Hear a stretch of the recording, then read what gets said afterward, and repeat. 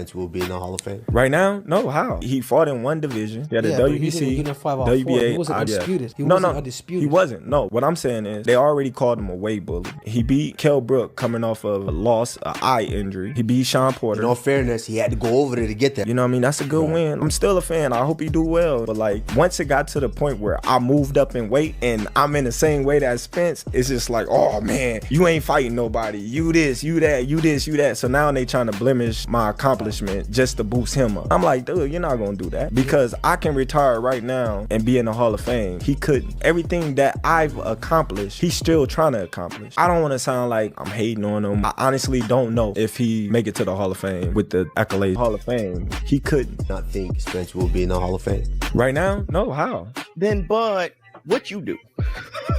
Cause Bud, Errol is your one, and you just shitted on him. I remember you dissing me on X because you want and deserve respect, and all of us are here to give it to you. But when you go shitting on another fantastic fighter who happens to be the marquee opponent on your resume, then brother, people are going to start flipping tables and they're going to start looking at you. Bottom line, Errol Spence is great and you whipped his ass. Sean Porter is great and you whipped that ass. And what you're daring to do to take on Canelo Alvarez is beyond great. I don't agree, because he beat some notable names up there. You know, he beat Sean Porter, he beat Lamont Peterson, Danny Garcia. So you can't say that he's not a Hall of Fame if he's beat world champions, you know, and beat them like in a different way. So I don't agree with that answer right there that he said. I think he a Hall of Fame. I feel like anybody who make it to that big stage and beat them big name champions is a Hall of Fame. He did something that nobody else got. So, you know. Like technically, he's a 3-time champ because he won 3 belts. Yeah. He was unified. Wasn't he unified? Yeah, he was unified. It was just one. He was one away. So you can't say a person is not a Hall of Famer if he's unified. Once you unified, you made them I feel like once you become a world champion, you made them history books. Yeah, once you become a world champion, you make the history books, of course. But I think unified is Hall of Fame. You think so? Yeah. Guaranteed? Yeah, because you got all the belts. And like I said before, it's in the contract, so it's not if I'm open to it or not. It's, you know, what's in the contract. And Errol gave me an opportunity and a shot at becoming the first male boxer, undisputed, you know, in any division in the 4-belt era. And I honor, you know, that. And if he was to come to me or activate his rematch. A possibility where you would rematch Errol Spence, or is he in a position where he needs to win again before that makes sense for you? The possibility is there. Mm-hmm. He's fighting for Dor for his title. I'm fighting for a title, and there's the possibility he win his fight, God willing. I win my fight, God willing. And there's your possibility right there. I want your reaction. Is a Errol Spence rematch on the table still, or nah? All right, we're gonna wrap this. I'm trying to tell you. Right when I seen that, I said Crawford wins. His movement, everything he wins. It doesn't matter if Spence was not strong or strong. He had more of the stuff to win that fight. And Crawford is a game player. He's gonna come. He coming to win. You know what I'm saying? So, yeah, I still say Crawford anyway, but I feel bad that we didn't see the true Spence fight Crawford. If that makes any sense. I just think that Crawford has more rhythm, more movement, more stuff, and not just having more movement, more stuff. He has the power. And everything just to be one of those great fighters. He has everything. And if you have Spence is not one-dimensional, but he's in that fight, he was really one-dimensional, really stiff. And if they looked like they had really a lot of problems trying to get down to his weight, didn't have enough time to work on stuff they need to work on to attack Crawford or to do anything to Crawford. And then when they got in the ring, he was so weak. Crawford dropping him with right jabs. We're like, dang, Crawford, his accomplishments aren't great enough. You have people jumping in my comments talking about 2-time undisputed and all this shit. When it comes to being great, it's not about just becoming undisputed. It's how you become how you become champion, who you face. Because hell, Devin Haney fought Kambosos to become undisputed in one swoop. What? That makes him as great as Ali? Hell no. So if you say that Errol Spence isn't a Hall of Famer, bud, we start looking at y'all. Let's talk about Spence. He got the belts and unified, but who did he take the belts from and what did he try to do with you? Spence's road that you're shitting on is more. They already called him a weight bully. He beat Kell Brook coming off of a loss. So you can't say that he's not a Hall of Fame if he's beat world champions. All this. When it comes to being great, it's not about just becoming undisputed. It's how you become The night Terence "Bud" Crawford dismantled Errol Spence Jr. wasn't just another championship victory, it was a defining moment that reshaped the entire welterweight division. But months later, the echoes of that night still linger, now transformed into a debate about legacy, humility, and what it really means to be great in boxing. Crawford, never one to mince words, has made his stance clear. In his eyes, Errol Spence Jr. hasn't done enough to be called a Hall of Famer. While he acknowledged Spence's accomplishments at 147 pounds, Crawford argued that his rival never pushed himself beyond one division, never became undisputed, and never took the risks that define generational greatness. He unified, sure, Crawford said, but I went undisputed in 3 divisions. There's levels to this. Then came the line that stirred the sport. I could retire right now and walk into the Hall of Fame. He couldn't. That jab hit harder than any punch. Fans erupted. Analysts accused Crawford of undercutting the same fighter who helped elevate his own legacy. Former champion Stephen Hops was quick to defend Spence, calling the remarks out of line. Errol fought killers, Hops said. You unify in today's era, that's greatness. He earned his respect. The backlash highlighted a striking irony. Years ago, Crawford demanded recognition when critics questioned his resume. Now, many feel he's repeating the same cycle, tearing down another champion for validation. Commentator Showbiz the Adult summed it up best. You dominated Spence, no question, but when you start talking down other greats, people stop celebrating and start judging. For Spence, the loss hasn't silenced him, it's fueled him. He's demanded a rematch, claiming he can adjust and come back stronger. Crawford acknowledged the rematch clause, but brushed it off with cold indifference. He's got to earn it, he said. Win a fight first, then we'll talk. On X, he doubled down, telling Spence to get in line. Opinions across the boxing world remain split. Shane Mosley believes a second fight wouldn't change a thing. Spence can't figure him out, Mosley said. Why not? If Crawford wanna challenge himself to be great, let him try to be great, So, what I'm saying, I'm with it. So, I'll be going for Bud, if he fight Canelo, I'll be going for him. I mean, I don't know if he's gonna win or lose, but I definitely be going for Crawford. I think if anybody can pull it off, he can pull it off. Yeah.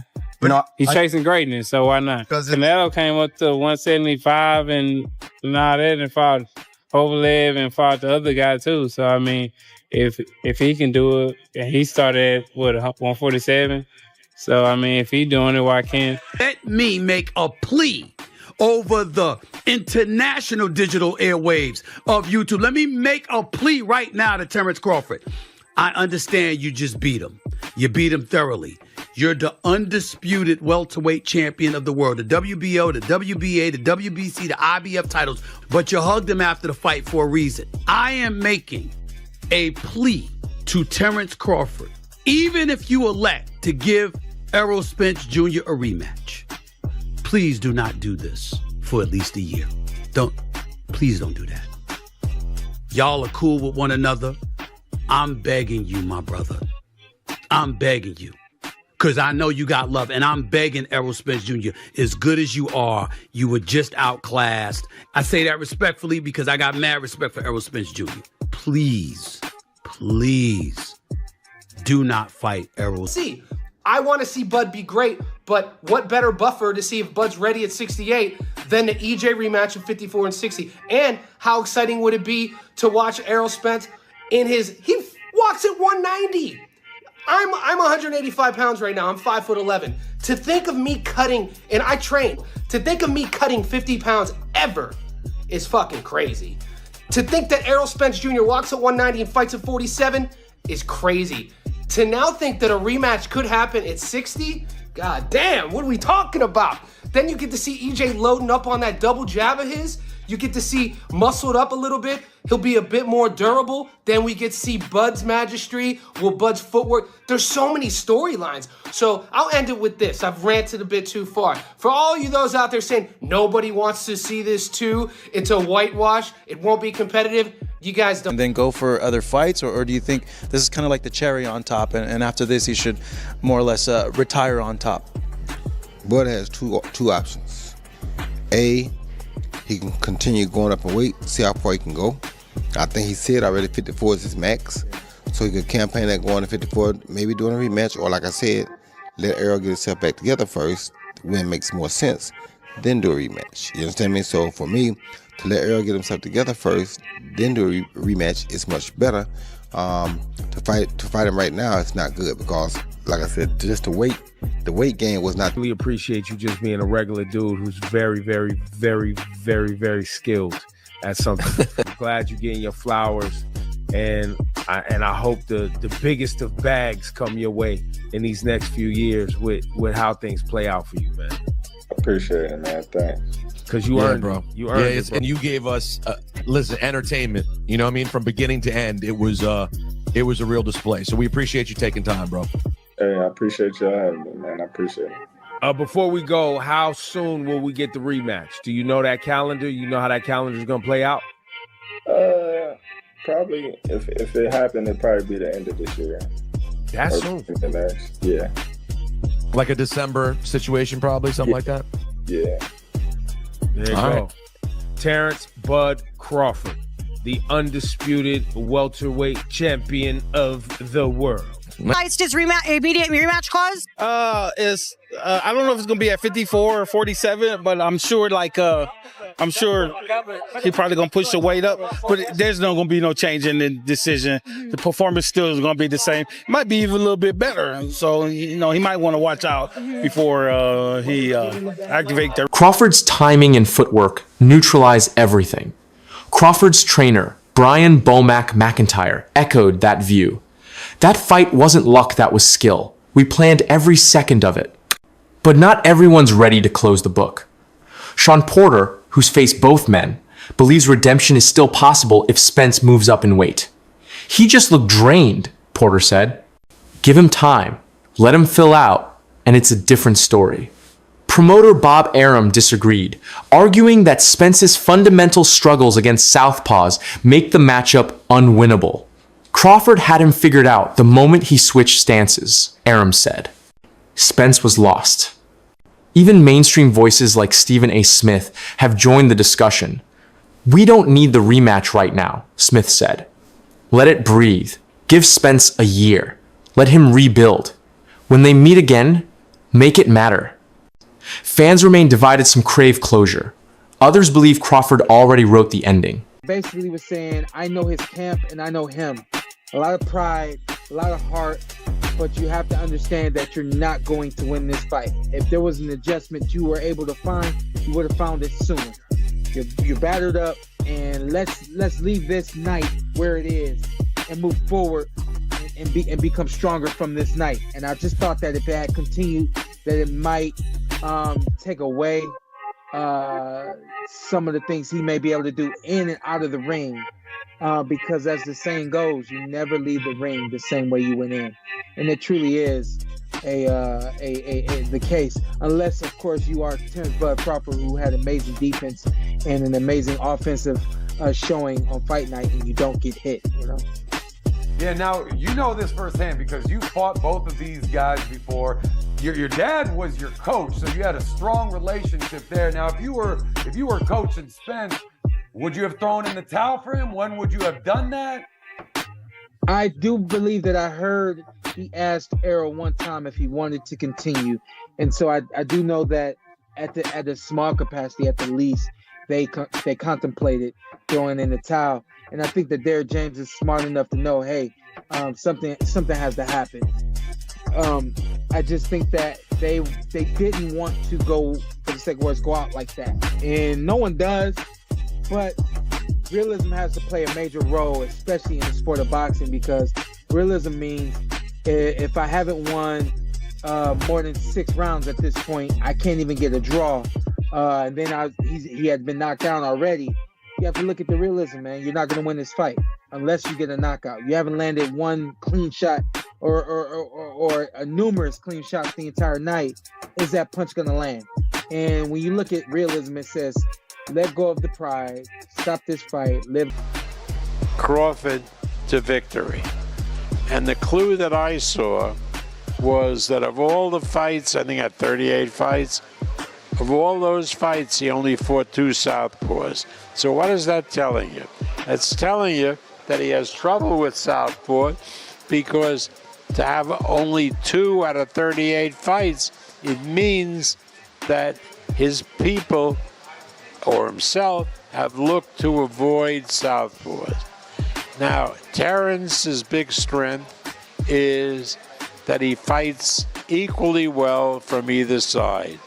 So instead of opening up as a right-hander, which he usually does, and then switching to southpaw, he only fought Spence as a southpaw, and Spence couldn't handle it, particularly when Crawford, who's ambidextrous, and now his right hand is his jab, is throwing it with force and hurting Spence.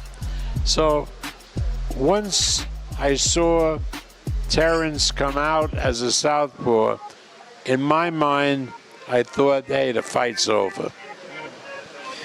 Were you surprised, though, by how dominant he was? No, because Spence can't fight a lefty, and nobody even mentioned that. He can't fight a southpaw. If Crawford had fought him 5 or 6 rounds as an orthodox fighter, it would have been a different fight. You know, given just the performance that he had and now the attention that he's getting and the recognition, how do you feel? What emotions come to mind seeing that, hey, he's finally getting his just due when so many years a lot of people try to dismiss him? Well, I don't know if anybody dismissed him because of his ability. They dismissed him because of his drawing power or what have you. Terence was I consider Terence a great fighter before the Spence fight, and I consider him a great fighter after the fight. You know, and his dominance didn't surprise me. He is the full boat. Now, what will eventually catch up with him catches up with all of them, and that's father time. He is 35, going on 36. So at a particular point in time, not now, but the idea of a rematch at 154 or even 160 pounds has gained traction, especially among those who think Spence's strength could return at a higher weight. Yet, for many, the first fight was too decisive to revisit. For Crawford, the focus has shifted. He's looking toward bigger names, Jaron Boots, Ennis, maybe even Canelo Alvarez. But no matter where he goes next, the ghost of Errol Spence Jr. will follow. Their story isn't just about belts, it's about ego, pride, and perspective. Because even after one of the most dominant performances in modern boxing, Terence Crawford finds himself fighting a new battle, not in the ring, but in the court of public opinion. And in that arena, the score between Crawford and Spence remains unresolved.